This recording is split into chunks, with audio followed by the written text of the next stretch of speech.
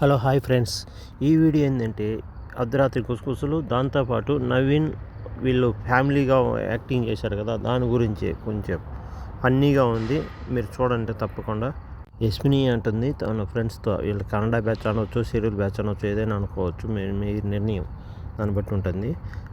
యస్మిని మా నాన్న ఒకటి మాట అన్నాడు అని ఏమని అంటే, మా నాన్న నువ్వు బిగ్ బాస్ హౌస్లో ఉన్నావా అని ఒక మాట అనేది షాక్ అయినాడు.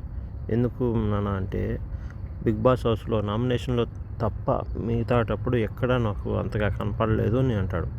ఏంది నాన్న, నేను కనిపిస్తున్నాను, బాగా గేమ్లు ఆడుతున్నాను అంటుంది. ఎక్కడ నువ్వు ఆడలేదు, చాలా తక్కువగా ఆడుతున్నావు, నామినేషన్లు నువ్వు తగ్గించుకోవాలా, చాలా మాటలు అనేది ఎక్కువగా మాట్లాడుతున్నావు, తగ్గించుకో, బాగుంటుంది అని చెప్పాడు. నాకైతే బాగా అనిపించిందండి.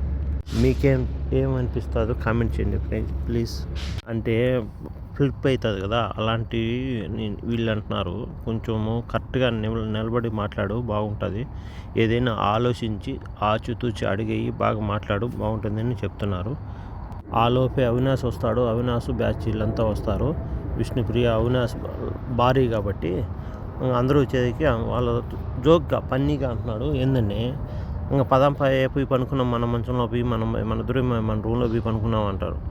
నవ్వుతారు. దాంతోపాటు ఈ మన టేస్ట్ తేజ కూడా అంటాడు, పేరునాను, మనం పోయి పనుకున్నాం పిల్లలు మీ పాటికి మీరు పనుకొని మా పాటికి మా రూమ్లో పోయి పనుకుంటామని.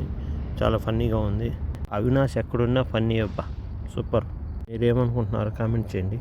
రాత్రి నబిల్ ఒక స్కిట్ లాగా చేస్తారు. ఏంటంటే, అది నబిల్ పోయి రోహిణి అనుకొని ఐ లవ్ చెప్పాలి రోహిణికి. పోయి ఫస్ట్ తేజాన్ని పట్టుకుంటుంది, సైజ్ చూసి దుప్పటి కప్పుకుంటారు కదా, తేజాన్ని పట్టుకుంటాడు. అబ్బా, తేజ వాళ్ళ నాయన కానీ రోహిణి కాదని పరిగెత్తి మళ్ళీ అవినాష్ని పట్టుకుంటాడు. అప్పుడు కూడా మిస్ అయ్యింది అనుకుని ఏం చెప్పాలా, రోహిణి నువ్వంటే నాకు ఇష్టం అని చెప్పాలా. ముందు పేరు ఎత్తకూడదు, లాస్ట్లో ఐ లవ్ యూ రోహిణి అని చెప్పాలా. ప్లీజ్ ఈ వీడియో మీకు నచ్చినట్లయితే లైక్ చేయండి, కామెంట్ చేయండి, సబ్స్క్రైబ్ చేయండి.